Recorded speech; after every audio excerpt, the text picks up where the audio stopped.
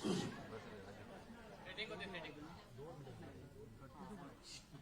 म्हटलं काय होतं ते बसल्यानंतर ना भाषणामध्ये कोणी जर समजा आपली स्तुती करायला लागलं ना तर जरा कसंनुसंच होतं.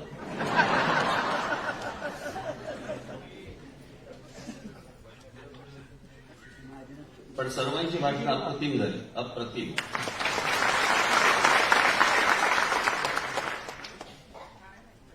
मला वाटलं महाजनांच्या भाषणाला मनस्फोर मिळतो की काय.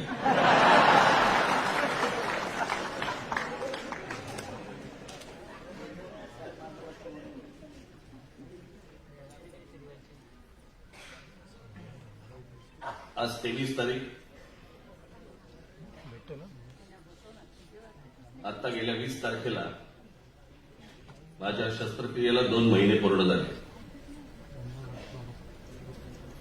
म्हणून मी आल्या आल्या पहिल्यांदा महाराजांपाशी गेलो, दर्शन घेतलं आणि तुम्हाला मी व्यवस्थित चालतं हे पण दाखवलं.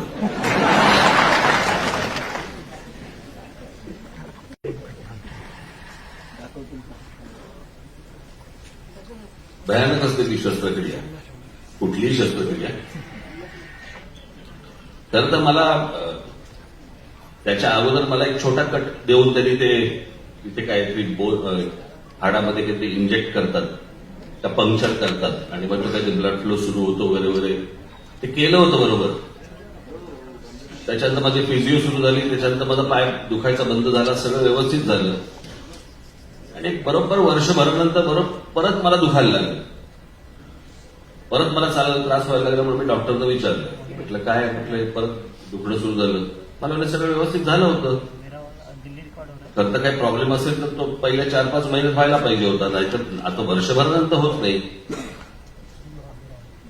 मग मला त्यांनी विचारलं कोविड झाला होता का. म्हटलं हो. जगभरामध्ये या कोविड नंतर बऱ्याचशा हाडांचे प्रॉब्लेम्स काहीतरी सुरू झाले आणि त्याच्यामध्ये माझं ते परत कोलॅप्स झालं. तर ते ऑपरेशन करून आलो होतो. मग आता हे परत झालं. त्या दरम्यान मला एकाने विचारलं, मला कसलं ऑपरेशन. म्हटलं हिप रिप्लेसमेंट. मला हिप रिप्लेसमेंट कशामुळे. मी म्हटलं जवळच्यांनी आणि बाहेरच्यांनी इतकी वर्ष जी माझी लावली ना,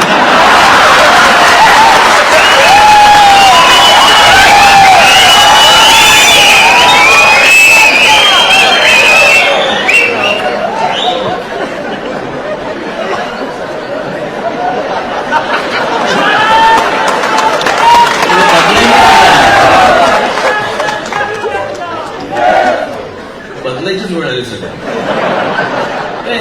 एक काय काय येतात ते काय हार्ट रिप्लेसमेंट असते, काय काय किडनी रिप्लेसमेंट असते वगैरे वगैरे. एकाने मला विचारलं, अच्छा हिप रिप्लेसमेंट म्हणजे दुसरी लावणार, कसं दिसेल.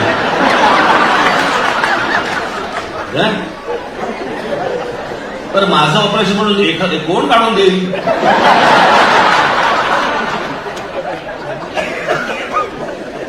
साहेब बरं दिसत नाही, माझी घ्या.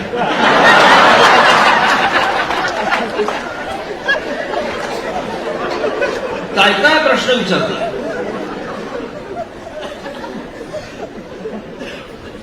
माझे एक तर ते डॉक्टर होते आमचे, त्यांनी त्या पहिल्या ऑपरेशनच्या वेळेला बाहेर आले आणि या पत्रकारांनी विचारलं, हे कुठेही खातात, एखाद्याच्या गेलेल्याच्या घरी पण जातात, काय वाटतंय, काय वाटतंय काय.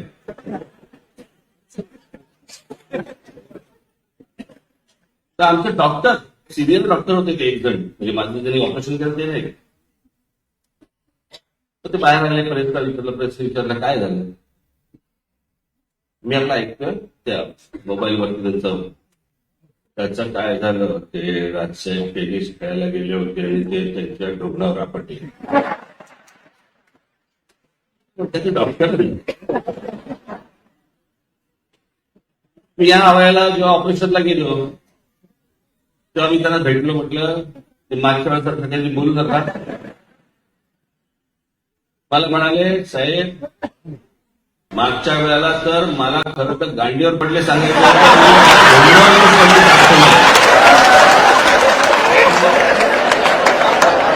मी म्हटलं नाही, तुम्ही म्हटलं ते रुग्णावरती ठेवा म्हटलं.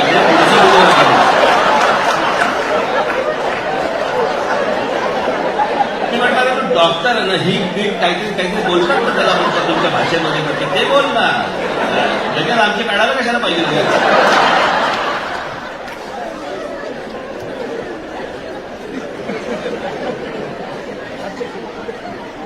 कोण कोण भेटतात ते तुम्हाला सांगतो ना, एक एक जण. पण आता सगळं ठीक आहे, व्यवस्थित आहे. मी जरा उद्या पुण्याला जरा जाऊन येणार आहे 1 दिवसासाठी. काही बैठका काही नाही तिकडे. कुठे गेले बाबू? लावू पण नका. मला प्रवासाला काही त्रास होत नाही, फक्त एकदा मला चेक करायचं, म्हणून मी 1 दिवसासाठी जाऊन येणार. मला त्या नाशिकला पण जायचंय, वडीदेवीचं दर्शन घ्यायला पण मला जायचंय. सुरू झाले का? लिमिट सुरू झाली का?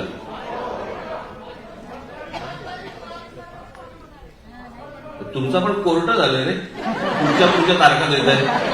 मला त्या दिवशी 1 तारीख बोलला, आता 5 तारीख बोलतो.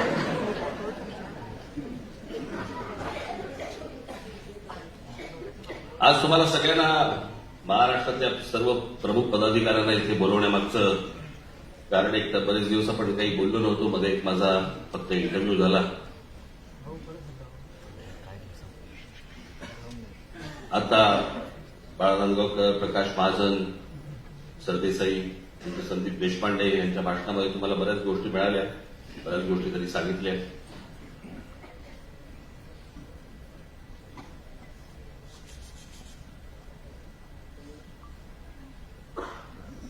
मला असं वाटतं की काही गोष्टी ह्या तुमच्याकडनं लोकांपर्यंत गेल्या पाहिजे. कसं होतंय की आपल्याला थांबवण्यासाठी, आपल्याला रोखण्यासाठी अनेक माध्यमं, अनेक राजकीय पक्ष हा जाणून बुजून काही गोष्टींचे प्रचार करत आले आतापर्यंत. आणि त्यावेळेला तुम्ही खरं तर सक्षम आहात, तुम्हाला कान आहेत, डोळे आहेत, मेंदू आहेत, सगळ्या गोष्टी आहेत, पण तिकडेची उत्तरं द्यायला लागतात. त्या उत्तरामध्ये तुम्ही कधीतरी मला थांबवलेली दिसतात.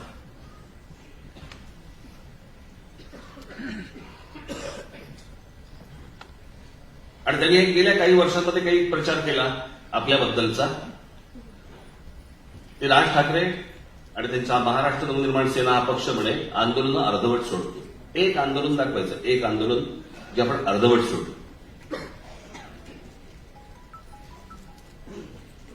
टोलचं केलेलं आंदोलन आपण जवळपास 65 ते 67 टोल नाके महाराष्ट्रातले बंद केले आपण.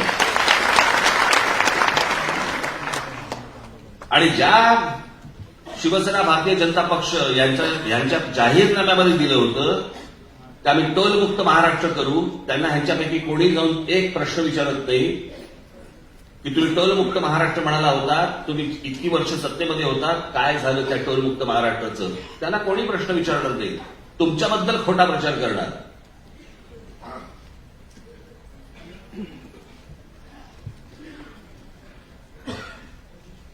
मला असं वाटतं ह्या गोष्टी ज्या वेळेला तुम्हाला कुठे जिल्ह्यामध्ये, तालुक्यामध्ये, गावामध्ये, शहरामध्ये लोक ज्या वेळेला बोलतात, त्यावेळेला तुम्ही हे उलट सांगितलं पाहिजे त्यांना की अरे आम्ही तर इतके टोल नाके बंद केले, तुमच्या पक्षाने काय केलं? तुमच्या पक्षाने शब्द देऊन देखील पाळला नाही. इतकी वर्ष अजूनही टोल चालू आहेत, मुंबईवरती चालू आहेत, पुण्यावरती चालू आहेत, ठाण्यावरती चालू आहेत, सगळ्या ठिकाणी चालू आहेत टोल.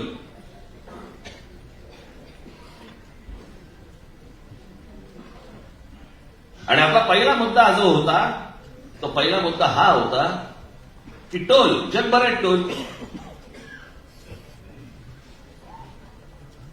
टोलवरती पैसे गोळा करतात आणि त्या पैशामधनं जी काही तो ब्रिज उभा केला असतो, रस्ता केलेला असतो, काही गोष्टी केलेल्या असतात, त्याची रक्कम गोळा करतात.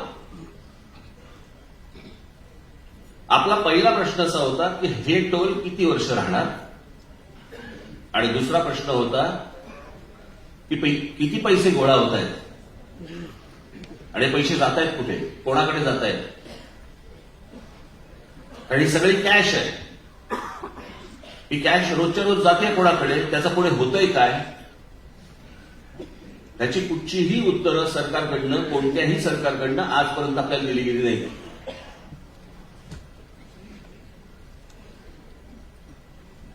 आणि ज्या ठिकाणचे टोल नाके बंद झाले त्यांच्याकडनं आपल्याला आशीर्वादच मिळाले. ज्या सत्ता हातात बाकीचे टोल बंद करून देतो.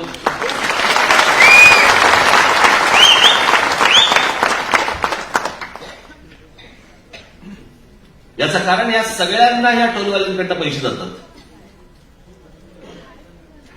आणि म्हणून यांना बंद करायचे नाहीये. म्हणून तो विषय पण काढत नाहीत कधी, आणि हे त्यांना कधी प्रश्न पण विचारत नाहीत. इतक्या पत्रकार परिषदा होतात या सगळ्या लोकांच्या, त्यांना हे प्रश्न खरं तर भन्नावून सोडलं पाहिजे त्यांना की हे तुम्ही टोल बंद करणार बोलला होता, त्याचं काय झालं, त्यांना कोण नाही विचारणार. आणि मग त्यांचे सगळे छोटे लोक हे आपल्याबद्दलचा प्रचार करणार.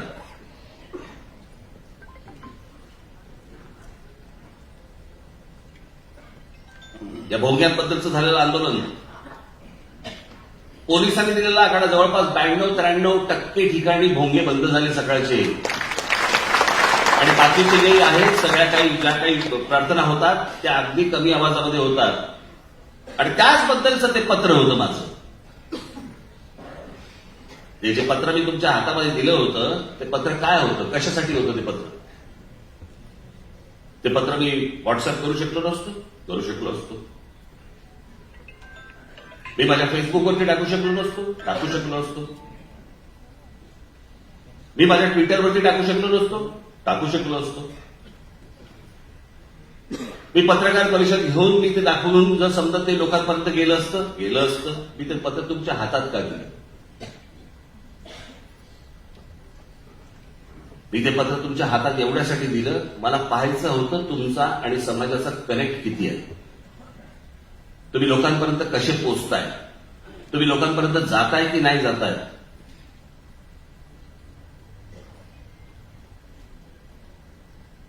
आज असंख्य महाराष्ट्र सैनिक आहेत आणि असंख्य महाराष्ट्र सैनिक सांगतात आम्हाला की आमच्या पदाधिकाऱ्यांकडनं आमच्यापर्यंत लेटर आलं नाही तर आम्ही पोहोचवलं असतं.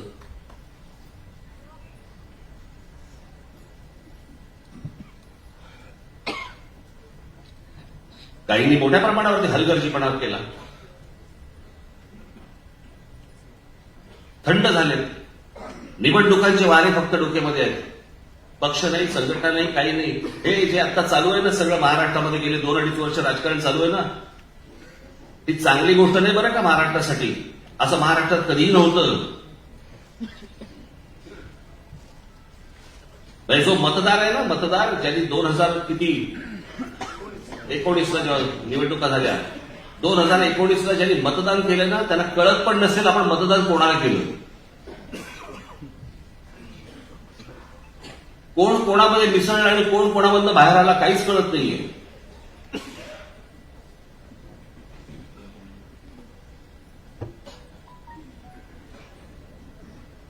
आणि हे जर समजा तुम्हाला वाटत असेल की हे खरं राजकारण, हे राजकारण नव्हे,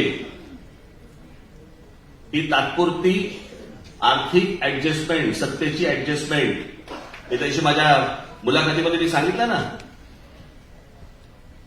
त्या मुलाखतकारांनी मला विचारलं की भुजबळांचं बंड, नारायण राणेंचं बंड, शिंदेचं बंड आणि तुमचं बंड. म्हटलं माझं बंड लावू नका त्याच्यात. हे सगळेजण गेले, हे एका पक्षात गेले आणि सत्तेत गेले. या तुमच्या राज ठाकरेने स्वर्गीय माननीय बाळासाहेबांना भेटून त्यांना सांगून मी बाहेर पडलेलो आहे.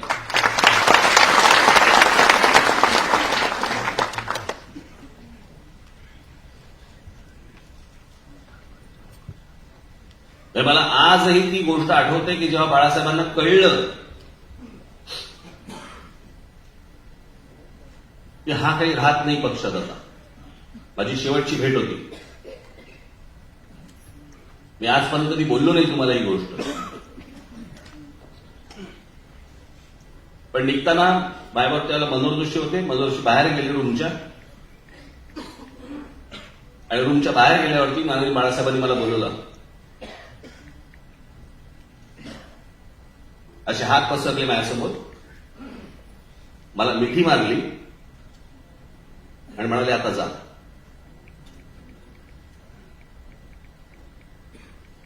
त्यांना समजलं होतं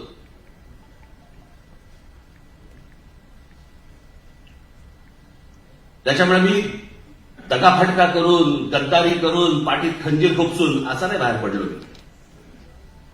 आणि बाहेर पडून दुसऱ्या कुठच्याही पक्षात नाही गेलो. तुमच्या विश्वासावरती पक्ष उभा केला.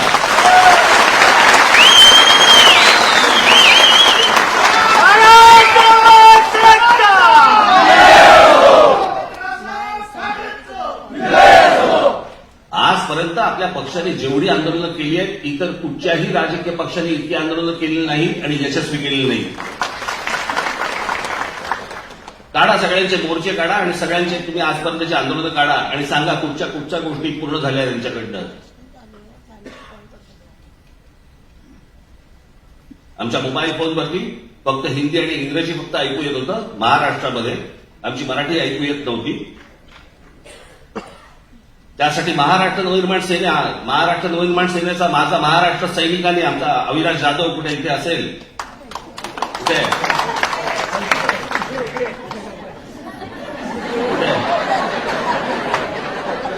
आहेस ना, माझं भाषण चालू असताना त्यावेळेला असा आवाज आला ठाण्यामध्ये.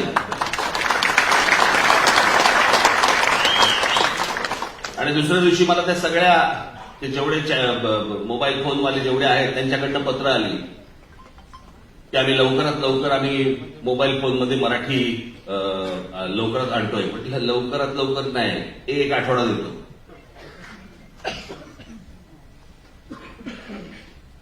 एका आठवड्याच्या आत महाराष्ट्रभर मोबाईल फोनवरती मराठी ऐकू यायला लागलं. का नाही इतरांनी केलं आंदोलन? ते भोंग्यांचं आंदोलन, मशिदीवरचे भोंगे काढा, भोंगे काढा, भोंगे काढा, किती वर्ष सुरू होतं.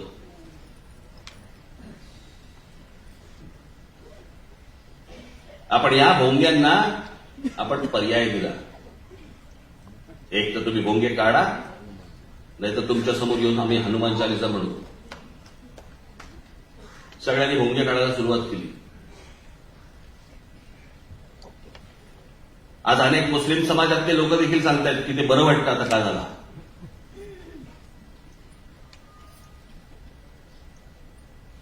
असंख्य आंदोलनं आपली झालेली आहेत. अत्यंत विश्वासाने तुम्ही लोकांसमोर ही आंदोलनं पोहोचवली पाहिजेत. तुम्ही बोलला पाहिजेत, सतत सांगितलं पाहिजे, तुमच्या भाषणामध्ये या गोष्टी आल्या पाहिजेत. तुम्ही कसले जपून राहताय?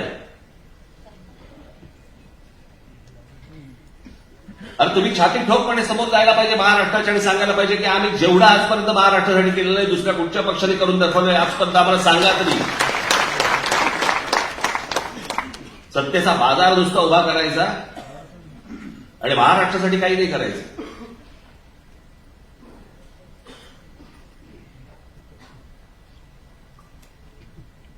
त्या नुपूर शर्मा त्या बोलल्या, त्याला काढून काय टाकलं, माफी काय मागितली सगळ्यांनी. मी बाजू घेतली त्यांची. त्या काय स्वतःच्या मनातलं बोलत नव्हत्या.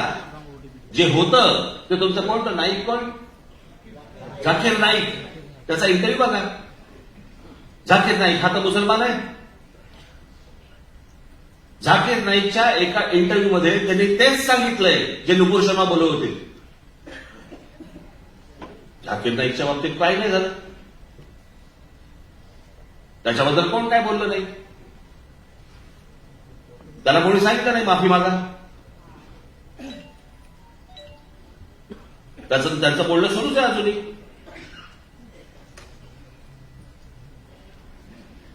प्रश्न असा आहे की हरामखोर दोन भाऊ ते ओवेसी, त्यातला एक जण आमच्या देवतांबद्दल, देवी देवतांबद्दल बोलतो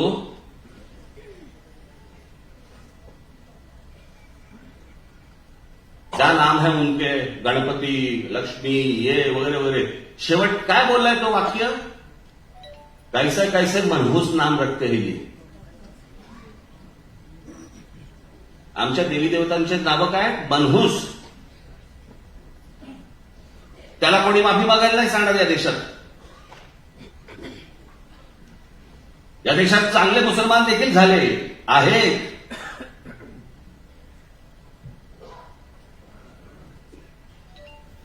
यांच्यासारखे दलितही नाही. पण यांना कोणत्याही प्रकारचा कोणतंही सरकार चाप लावायला तयार नाही. यांच्या जिभेवरती कुठच्या प्रकारची बंधनं आणायला तयार नाही.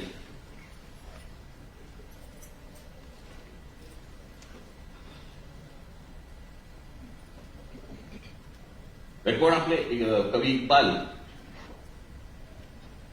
सारे जहां से अच्छा. कवी इक्बाल या माणसानं लिहिलेलं काव्य, त्या काव्यामध्ये तो भारत नाही म्हणत आहे माणूस, सारे जहां से अच्छा हिंदुस्तान हमारा. हे हिंदूंचं स्थान आहे. सारे जहां से अच्छा ये हिंदुस्तान हमारा. हे कवी इक्बाल बोलतोय आणि आम्ही हिंदू या देशाला भारत म्हणतोय. आम्ही बोलताना बोलत पण नाही की या हिंदुस्थानामध्ये, आम्ही नाही, आमच्या भारतात. नाहीतर काय अगदी सोपं, इंडिया.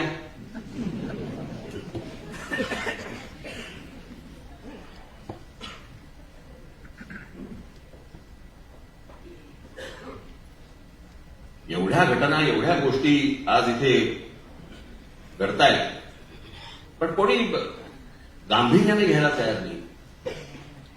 मी त्या दिवशी माझ्या गुढीपाडव्याच्या सभेमध्ये मी म्हटलं की हे असे का वागतात, ही राजकारणातली माणसं ही अशी का वागतात की आज मी या पक्षामध्ये गेलो, उद्या त्या पक्षामध्ये त्या निवडणूक लढवली, मग मी आज इथे मंत्री झालो, मी तिकडे परत काहीतरी मी पैसे घेतले, मग मी असा फिरून आलो, मी इकडे गेलो तिकडे गेलो. ते असं का होतंय? कोणाला तरी वाटलं म्हणून त्यांनी पक्ष बदलला. निवडणुकीच्या काळामध्ये, ते विधानसभेच्या निवडणुकीच्या काळामध्ये, या सगळ्या तुमच्या जिल्हा परिषदा वगैरे इथे नाही झालं, मला तिकीट नाही मिळालं, मी ह्या पक्षात गेलो, मी ह्या पक्षातून त्या पक्षात गेलो. मला लोकांची कमाल वाटते. मला महाराष्ट्रातल्या, देशातल्या जनतेची कमाल वाटते की त्याच्यानंतर तुम्ही ह्यांना मतदान करता.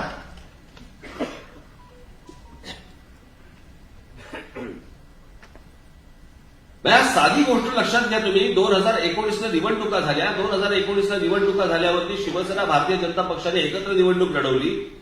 एकत्र निवडणूक लढवल्यावरती दोघांनी फारकत घेतली. काय तर म्हणे 2.5 वर्ष मुख्यमंत्री पदाचे घोषित केलं होतं. मला अजूनही आठवतंय, मला माहिती आहे ते, कारण त्या बैठकीत मी असायचो, मला होतो मी तिथे.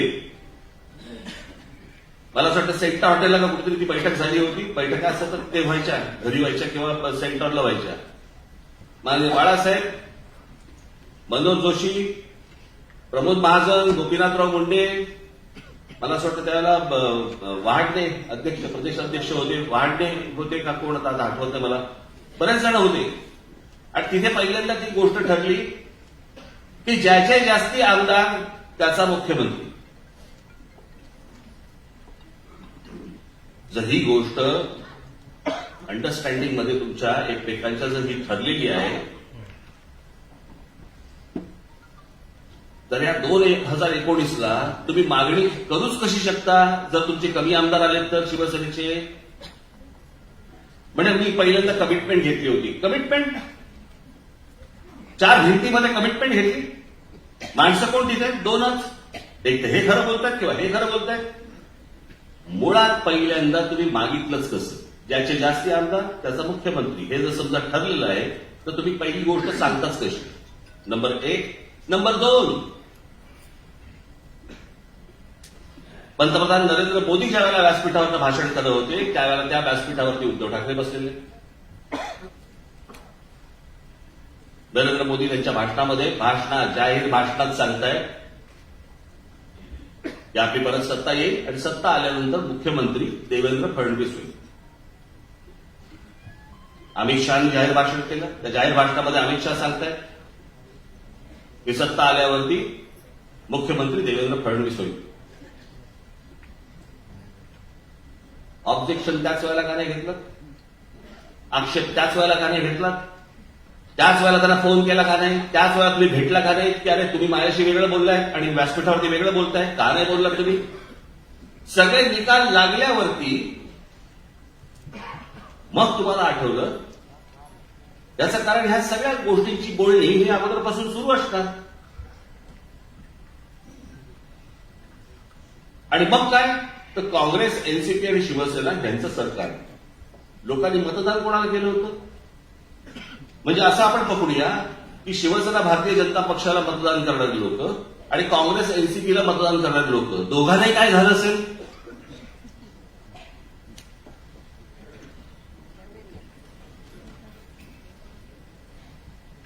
काँग्रेस एनसीपीच्या लोकांना वाटत असेल की शिवसेना भाजप नको म्हणून आम्ही तुम्हाला मतदान केलं, तुम्ही त्याच्यावर केला. आणि शिवसेना भाजपच्या मतदारांना वाटत असेल की अरे आम्ही तुम्हा दोघांना मतदान केलं, तुम्ही काँग्रेस एनसीपी बरोबर गेलात. ते नकोत म्हणून आम्ही तुम्हाला मतदान केलं आणि तुम्ही त्यांच्याबरोबर जाता. ही हिंमत होते कशी? ही हिंमत त्याचमुळे होते ज्या वेळेला लोक या गोष्टीला शासन करत नाहीत, जनता यांना शिक्षा करत नाही की आम्ही तुम्हाला मतदान करणार नाही, तुम्ही आमच्या मताची किंमत केली. आम्ही 2-2 तास रांगेमध्ये उभे राहतो आणि 2-2 तास रांगेमध्ये उभे राहून आम्ही तुम्हाला मतदान करतो आणि ते मतदान केल्यानंतर तुम्ही आमच्याशी प्रतारणा करता. ते लोक जोपर्यंत या महाराष्ट्रातली जनता जोपर्यंत ठरवत नाही ना तोपर्यंत महाराष्ट्राच्या नशिबी हे असंच राहणार. काही राजकारणाचा आणि एकूण जगण्याचा काही कशाला काही संबंध नाहीये. खरं तर राजकारण इतका गंभीर विषय आहे, इतका गंभीर विषय आहे की त्याला आपण म्हणजे आता तो आत्ताच्या ह्यांच्या भाषेमध्ये, आत्ताच्या सरकारच्या भाषेमध्ये आपण त्याला खेळाचा दर्जा दिलाय. दहीहंडीला देतोच आहोत, अजून कशाला काय कोजागिरीला मंगळागौर खेळाचा दर्जा. खरं तर लग्न झाल्या म्हणजे त्याला हार घालून खेळाचा दर्जा.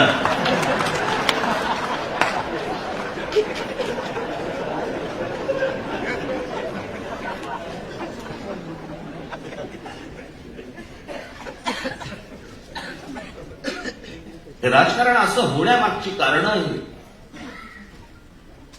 काय सांगा तुम्ही आता? विसरलो.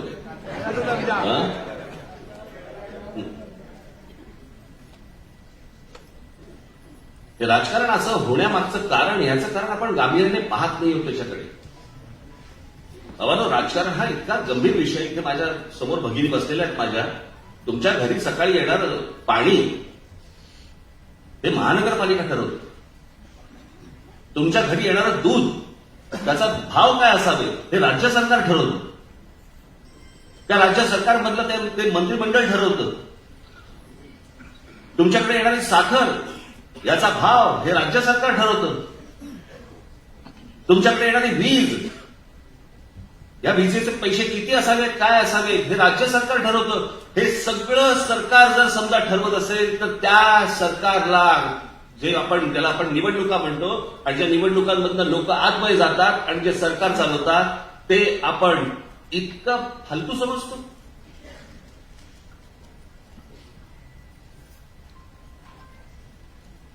माझी तर इच्छा आहे सर्वसामान्य प्रत्येक घरामधल्या स्त्रियांनी, पुरुषांनी राजकारणामध्ये लक्ष घातलं पाहिजे, प्रत्यक्ष राजकारणामध्ये आलं पाहिजे, निवडणुका लढवल्या पाहिजे असायला गरज नाहीये. पण राजकारण हे इतकं मोठं आहे, इतकं विस्तारलेलं आहे की या विस्तारलेल्या सगळ्या राजकारणामध्ये लोक आली पाहिजेत.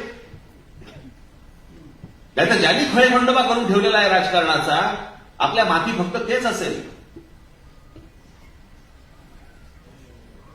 चांगल्या विविध क्षेत्रामध्ये काम करणारे लोक, महिला आज आल्या पाहिजेत राजकारणामध्ये. माझं एक पत्र येणार आहे या बाबतीतलं. मी महाराष्ट्रातल्या सगळ्यांना, माझ्या माता भगिनींना, सगळ्या बांधवांना मी हाक देणार आहे की राजकारण इतकं विस्तारलेलं आहे, राजकारणामध्ये करण्यासारख्या इतक्या गोष्टी आहेत, फक्त निवडणुका एवढ्याच करण्यासारखी गोष्ट नाहीये, भरपूर गोष्टी आहेत. त्या करण्यासाठी तुम्ही आलं पाहिजे, प्रत्यक्ष आलं पाहिजे. ज्या राजकारणाबद्दल आपण ज्याला बोलतो किंवा राजकारणामध्ये ना, त्याला तुम्ही तुच्छ मानता आणि तुच्छ मानल्यानंतर त्याच राजकारणासाठी 2-2 तास उभे राहून तुम्ही मतदान करता. मग ते तुच्छ कसं? मग कोणासाठी मतदान करायला जाताय तुम्ही? ही जी कीड लागली ना आपल्याकडे, एक तर जातीच्या नावाने द्यायचं, मतदान करायचं, नाहीतर काहीतरी धर्माच्या नावाने करायचं, नाहीतर आपल्या नातेवाईक म्हणून काहीतरी करायचं. बाहेर या, जागे व्हा. या महाराष्ट्राने देशाचं प्रबोधन केलं होतं आजपर्यंत, देशाचं. त्या महाराष्ट्राचं प्रबोधन करायची वेळ येते. जे उत्तरेतल्या बाहेरच्या राज्यांमध्ये, उत्तर प्रदेश, बिहार आणि या सगळ्या भागामध्ये ज्या प्रकारचं राजकारण चालतं ना, त्या प्रकारचं राजकारण आपल्याकडे महाराष्ट्रात घुसायला लागलंय.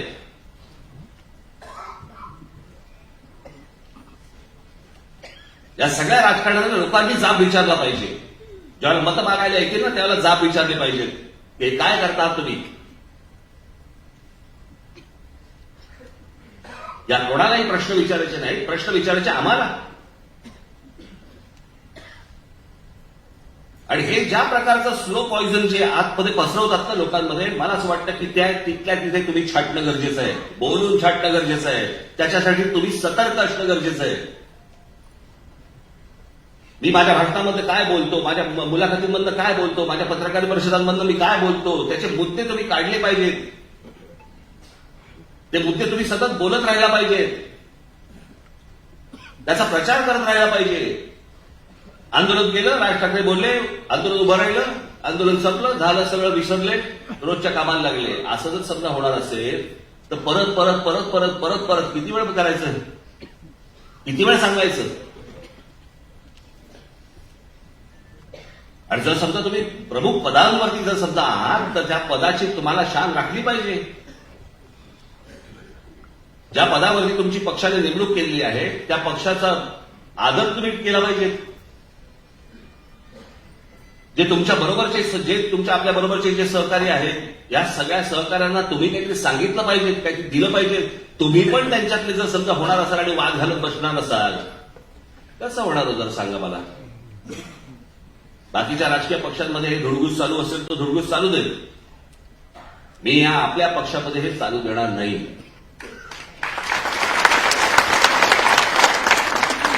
मगाशी मी बाळा नांदगावकरांचं भाषण ऐकताना त्यांनी एक विषय काढला सोशल मीडियाचा.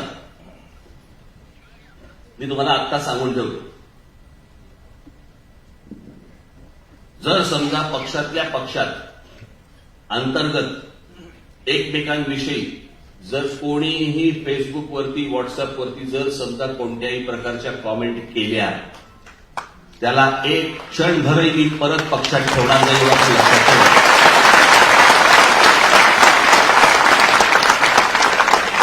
तुमचे चोचले मी खूप पुरवले आजपर्यंत, झालं तेवढं खूप झालं. तुम्हाला तुमचं काम जर सांगायचं असेल तर त्या माध्यमाचा उपयोग करा, पण तुम्हाला एकमेकांची उणीधुणी जर काढायची असतील त्या माध्यमावरती काढून तर बघा. आणि जर असं कोणी काढलं असेल तर ते माझ्यापर्यंत पोहोचलं पाहिजे. हर्षल देशपांडे आहेत, सचिन मोरे आहेत किंवा इतर आमचे पक्षातले आपले नेते आहेत, त्यांच्यापर्यंत ते पोहोचलं पाहिजे, माझ्यापर्यंत ती गोष्ट आली पाहिजे. आज निवडणुका तोंडावरती कधी होतील मला माहिती नाही. अगं अगं म्हशी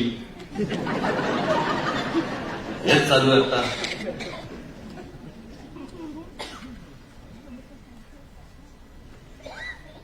निवडणुका कधीही लागतील,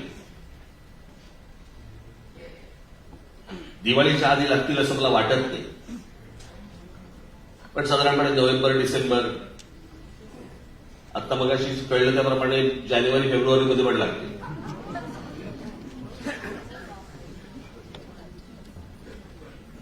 हा जो सगळा मेस झाला ना, सगळा चिखल झालाय ना, त्याचं कारण विचारणारे कोण नाही, बोलणारे कोण नाही, राग व्यक्त करणारे कोण नाही. की हे काय चालू आहे. 2 वर्ष आता किती 2 झाली, आता त्याला किती वर्ष झाली लॉकडाऊन संपून, अजून तेच चालू आहे. आता जिल्हा परिषद आणि पंचायत समित्या पुढे ढकलल्या गेल्या. आता अजून महानगरपालिकेचं ते काय 3चं का 2चं, हे काय मला कळतच नाही. मला हे महानगरपालिकेच्या वॉर्डाला 3 माणसं, 2 माणसं, 4 माणसं, लोक काय गुलाम आहेत का हो? ज्यांनी मतदान जायचं आणि 4 माणसं, तर 4 माणसं पण माहिती नसतात ती कोण आहेत. कित्येक लोकांना तर आपला नगरसेवक पण माहिती नसतो.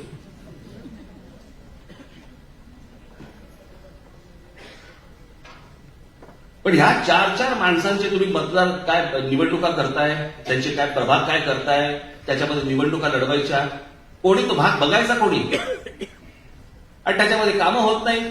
लोकांना समजत नाही कोणाकडे जावं. मग ह्यांनी करायला घेतलं की हा विरोध करतो, त्यांनी करायला घेतले की तो विरोध करतो. हे कुठचं राजकारण चालू आहे याचं कारण लोक जाब विचारत नाहीयेत की हे काय चालू आहे, कोणतं राजकारण चालू आहे. नाही तर आम्ही बहिष्कार टाकतो निवडणुकीवरती, आम्ही मतदाराला येणार नाही. ते एकदा लोकांनी ठरवणं गरजेचं आहे, जनतेने ठरवणं गरजेचं आहे. खेळ मांडलाय नुसता, गृहीत धरलंय लोकांना, गृहीत. आपण काही केलं, 4चा प्रभाग करा, नंतर 3चा करा, नंतर 2चा करा, नंतर 1चा करा. लोक येतील, मतदान करतील, जातील कुठे? मग त्याच्यामध्ये पैसे वाटायची सुरुवात करायची.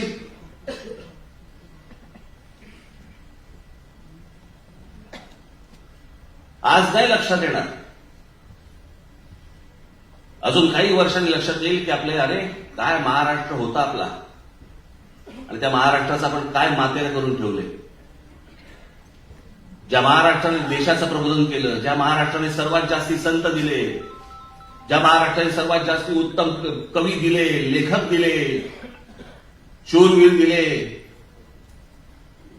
स्वातंत्र्य सैनिक दिले, कशाला घेऊन बसल्या आमचे शिवराय दिले, अजून काय घेऊन बसल्या.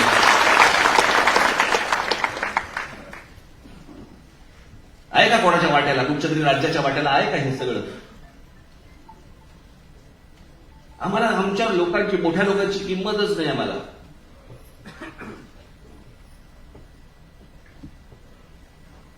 म्हणजे या आता बघा भारतरत्न मिळतात, ही भारतरत्न प्रत्येक राज्याला मिळतात, प्रत्येक राज्याची असतात. मला असं वाटतं उत्तर प्रदेशला काहीतरी 8 आहेत, आपल्याला 8 आहेत, तामिळनाडूला पण काहीतरी 7 का 8 आहेत का 9 आहेत. प्रत्येक राज्याला काय काय भारतरत्न मिळत असतात, इकडची कोण व्यक्ती असते. महाराष्ट्राला 8 भारतरत्न आहेत. हे 8 भारतरत्न कोण आहेत, कोण माणसं आहेत ही? धोंडो केशव कर्वे, विनोबा भावे, पावा काणे, डॉक्टर बाबासाहेब आंबेडकर, लता मंगेशकर, सचिन तेंडुलकर, भीमसेन जोशी, रतन टाटा, जे.आय.डी. टाटा. हे 8 भारतरत्न महाराष्ट्राला.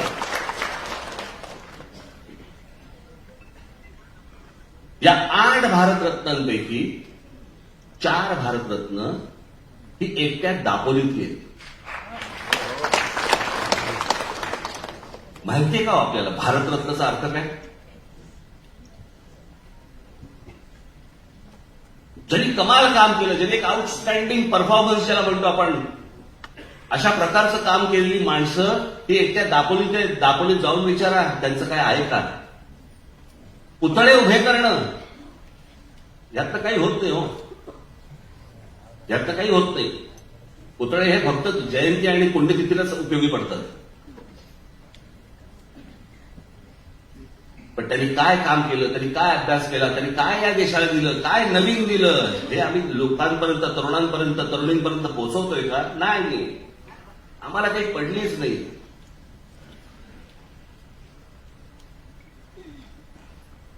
आम्ही रोजच्याच विवंचनेमध्ये इतके गुरफटून गेलेलो आहोत की आमच्याकडे कोण मोठी माणसं झाली आणि का मोठी माणसं झाली, आम्हाला काही देणं घेणंच नाही.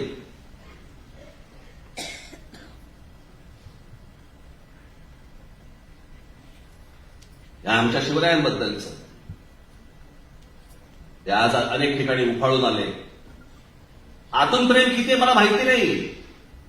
अनेक जण आहेत की ज्यांना खरंच आतून प्रेम आहे, पण बरेच जण फक्त राजकारणासाठी, मतांसाठी वापर करतायत. आमच्याकडे प्रत्येक महापुरुष आम्ही फक्त जातीमध्ये वाटून घेतला. आमचे शिवराय हे मराठा, बाबासाहेब आंबेडकर आमचे हे दलित, आमचे कोण लोकमान्य टिळक ब्राह्मण, आमचे ज्योतिबा फुले हे माळी. मग इतरांनी कोणी त्याच्याबद्दल बोललं, तू नाही बोलायचं, तू त्या जातीचा नाही, जातीचा आम्ही. ही अवस्था केली आपण. प्रत्येक जण आपल्याच महाराष्ट्रामधल्या आपल्याच महापुरुषांचे प्रत्येक जात एकमेकांचे वाभाडे काढते.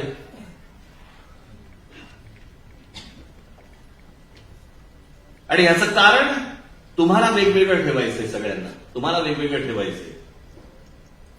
या अख्ख्या सगळ्यांचं जी वाईट नजर सगळी आहे ना, ही महाराष्ट्रावरती आहे.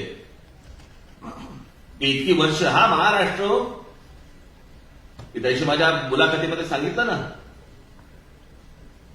की वारसा कुठचा असतो? वारसा हा वास्तूचा नसतो, वारसा हा विचारांचा असतो.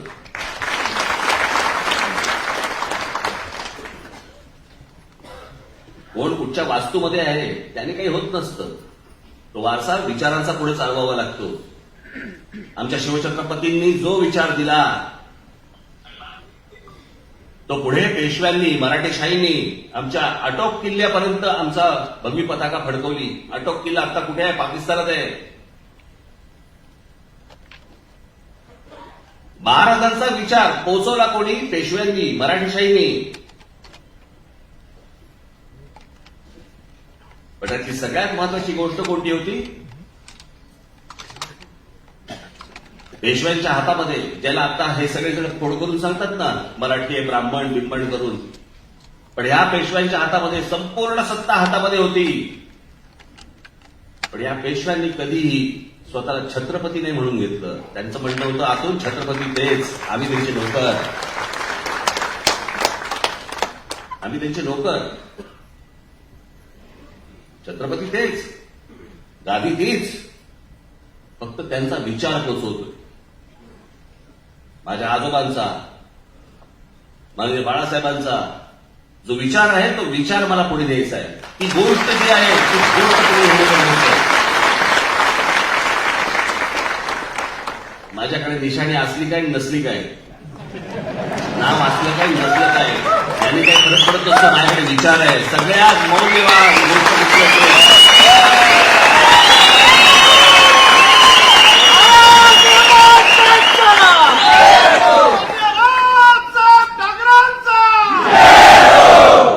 बाकीचं सगळं सोडा, पण त्या बाबतीत मी श्रीमंत आहे.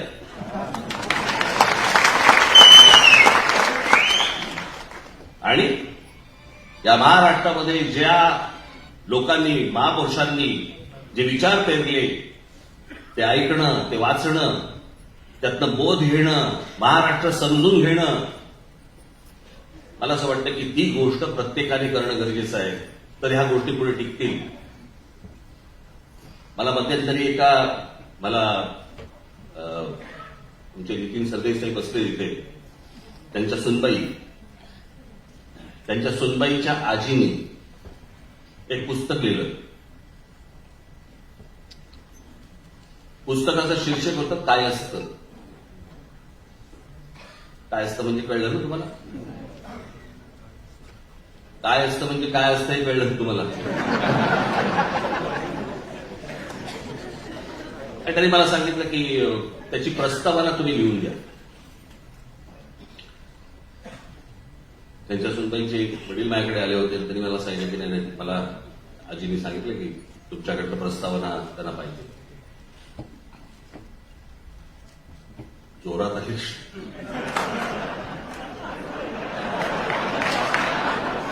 जा म्हटलं, इथे खारोळ करायचं तर.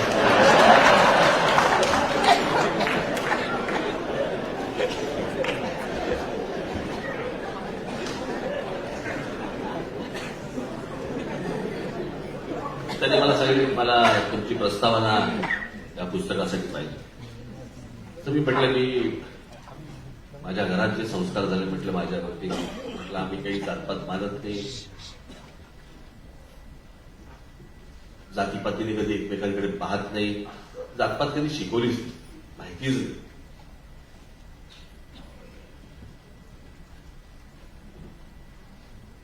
पण नाही म्हणत तरी पण तुम्ही रस्त्यावर कधीच मी ते पुस्तक चालेल, आपण जरूर ते पुस्तक वाचा, ज्याच्यामध्ये काय असतं, समाजामध्ये कोणकोणत्या रूढी परंपरा काय काय गोष्टी असतात, त्याच्यामध्ये खाद्यपदार्थ कोणते असतात, ते बनवायचे कसे, काय काय गोष्टी असतात, कुलदेवता कुठची, आडनावं कुठची, सगळ्या गोष्टी त्या एका पुस्तकामध्ये दिलेल्या होत्या. आणि ते पुस्तक मी पाहिलं आणि म्हणून मी प्रस्तावना लिहिली. त्याच्यामध्ये मी सगळं सुरुवातीला ह्या सगळ्या गोष्टी दिल्या आणि त्यातलं सगळ्यात प्रामुख्याने माझं जे म्हणणं मी त्याच्यामध्ये लिहिलं की सर्व जातींमधली मला आवडणारी जर कुठची संस्कृती असेल कुठची तर ती खाद्य संस्कृती. आणि म्हणून त्या प्रस्तावनेचा शेवट मी केला होता की ज्याला आपण मध्यंतरी बोललो नाही का मी, हिंदू म्हणजे काय, आपण सर्वजण हिंदू आहोत, पण या देशामधला हिंदू हा फक्त हिंदू मुसलमान दंगलीत हिंदू असतो. तो 15 ऑगस्ट 26 जानेवारीला तो भारतीय होतो. चीनचं आक्रमण झालं की त्याला समजतच नाही की आपण हिंदू आहोत का भारतीय आहोत का कोण आहोत. बरं, चीनच्या पदार्थांवरती किंवा कुठच्या गोष्टींवरती बहिष्कार टाकायचा ठरला तर रात्रीची गाडी बंद होते. रात्री आल्यावरती खायचं काय, अशा तो हलका विवंचनित असतो. त्यातनं बाहेर आला की तो मराठी होतो, पंजाबी होतो, बंगाली होतो, तामिळ होतो, गुजराती होतो, सगळं होतं. मराठी झाला की तो ब्राह्मण होतो, मराठा होतो, काय माळी होतो, अजून कोणत्या जातीचा होतो. आणि मग त्या जातीतनं बोलताना खास करून तुमच्याकडे असे नाही, या सेक्शनकडे जरा जास्ती असतं. एखादा पदार्थ केला, मला ठेवा तुमच्याकडे एखादं वाक्य सांगून ठेवतो. एखादा पदार्थ केला की तो पदार्थ केल्यानंतर चाखल्यावरती आमच्याकडे जरा थोडा वेगळ्या पद्धतीचा बनतो होतं की नाही, तो आमचा म्हणजे कुठचा, त्या आमच्यात एक जात असते. आता जर इथे जर समजा आपण असू, साधी गोष्ट लक्षात घ्या, 10 समजा दाम्पत्यांचं लग्न झालं आपल्याकडे तर 10 विविध देवांना जातात, बरोबर की नाही. आणि एवढी सगळ्या गोष्टी असून देखील आपण हिंदू आहोत, कारण हिंदू ही संस्कृती आहे. म्हणून आजपर्यंत 1000 वर्ष झाली आपण पारतंत्र्यामध्ये होतो. तो मोहम्मद आला, गजनीचा मोहम्मद आला, अल्लाउद्दीन खिलजी आला, मोगलांचं राज्य आलं, ब्रिटिश आले, पोर्चुगीज आले, सगळे आले. आपण आपले संस्कार नाही कधी विसरलो. आपल्या संस्कारावरती कुठच्याही गोष्टीवरती आक्रमण नाही झालं, कधीच नाही झालं, कधी होऊ पण दिलं नाही. आजही आपल्या महिला साडी नेसतात, कुंकू लावतात, मंगळसूत्र घालतात. जे सण आपले साजरे होतात ते सण त्याप्रमाणे साजरे होतात. हे जर नुसताच धर्म असता तर कधीच संपला असता. ही संस्कृती आहे म्हणून इतकी वर्ष ती टिकली. आणि मला असं वाटतं की ह्या गोष्टींमध्ये मी त्या प्रस्तावनेमध्ये शेवटी लिहिलंय की माझी इच्छा आहे की महाराष्ट्रामधल्या प्रत्येक जातीतल्या प्रत्येक आजीने आपल्या समाजाबद्दलचं असं पुस्तक लिहिलं पाहिजे. कोणते खाद्यपदार्थ आहेत, कोणते, कारण नवीन येणाऱ्या मुलींना माहितीच नाहीये.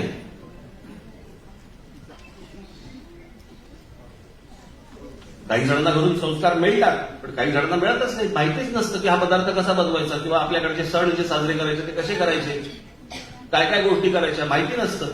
मला असं वाटतं की ह्या गोष्टी तुमच्याकडनं होणं गरजेचं आहे. मी खरंच सांगतो, मगाशी जे मी म्हटलं ना की राजकारणामध्ये करण्यासारख्या प्रचंड गोष्टी आहेत.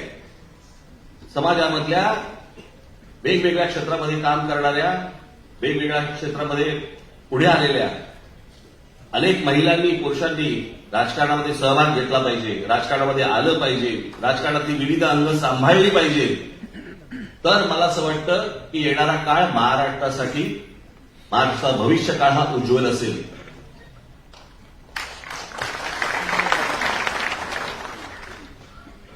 आज ज्या निवडणुकांना आपण सामोरे जाणार आहोत, अत्यंत हिमतीने, अत्यंत ताकदीने या सगळ्या निवडणुका आपल्याला सगळ्यांना लढवायच्या, एवढं लक्षात ठेवा.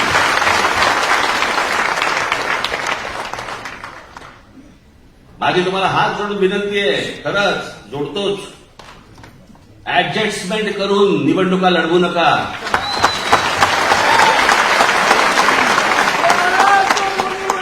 नुसतेच लाचार होऊन निवडणुका लढवू नका. शून्य किंमत राहील, शून्य किंमत तुम्हाला.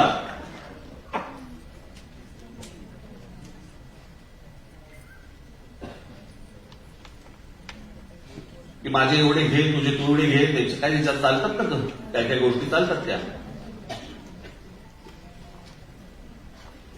पण ह्यातनं तुम्ही तुमची किंमत शून्य करून घेतात. तिकडे समाजामध्ये ह्या गोष्टी लपून राहत नाहीत, अजिबात लपून राहत नाहीत, या बाहेर येतातच. आणि मला असं वाटतं की या निवडणुका तुम्ही पूर्ण ताकदीने लढवणं गरजेचं आहे.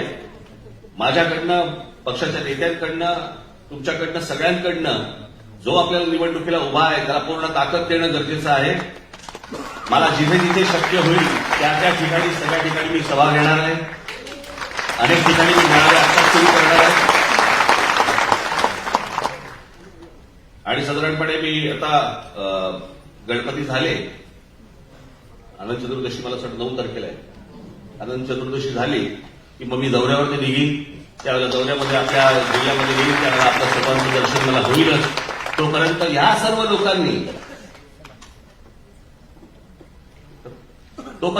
सर्व लोकांनी जे जे तुम्हाला सांगितलेलं आहे की कशा प्रकारे काम करायचंय, कशा प्रकारे आपण निवडणूक लढवायची, त्यासाठी कोणकोणत्या गोष्टी आपल्याला करायला पाहिजेत, त्या गोष्टी सगळ्या तुमच्याकडनं व्हायला पाहिजेत. आज मी तुम्हाला अजून एक मोठं काम तुम्हाला सगळ्यांना देणार आहे. मला पाहायचंय तुम्ही कशा प्रकारे ही गोष्ट करणार आहात. तुम्ही आता जे जे आपापल्या जिल्ह्यात जातील, तालुक्यात जातील, गावात जातील, शहरांमध्ये जातील, जवळपास 3 ते 4 वर्षानंतर निवडणूक आयोगाच्या प्रमाणे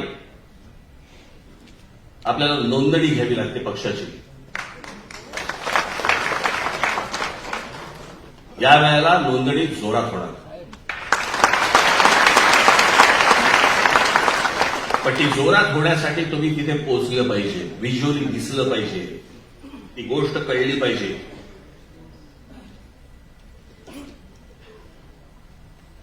जिथे मंदिरं असतील, जिथे कॉलेजेस असतील, जिकडे मॉल असतील, मार्केट असेल, आता गणपती आहेत, सार्वजनिक गणेशोत्सव असतील, अनेक ठिकाणी तिथे आपली होर्डिंग्स दिसली पाहिजेत. मला ही दिसतील अशी आशा अपेक्षा ठेवू मी तुमच्याकडनं. नक्की काय असेल, कसं असेल, त्याचं पुढे काय काय होईल ते मला असं वाटतं सौरभ करंदीकर हे 2 मिनिटाचं प्रेझेंटेशन तुम्हाला देतील, ते आपण बघावं. एवढीच फक्त आपल्याला सर्वांना विनंती करतो. आज सगळेजण तुम्ही बाहेरगावून आलेला आहात, जाताना अत्यंत नीट गाड्या चालवत, व्यवस्थित नीट घरापर्यंत पोहोचा. घरचे आपले सगळेजण वाट बघतायत. महाराष्ट्रासाठी तुम्ही सगळेजण खूप महत्वाचे आहात, एवढं लक्षात ठेवा आणि आपापल्या घरी जा. आज मी इथेच थांबतो. आपल्याला सर्वांना निरोगी दीर्घायुष्य मिळो एवढीच फक्त एक इच्छा व्यक्त करतो आणि आपल्या सर्वांची रजा घेतो. धन्यवाद. जय हिंद, जय महाराष्ट्र.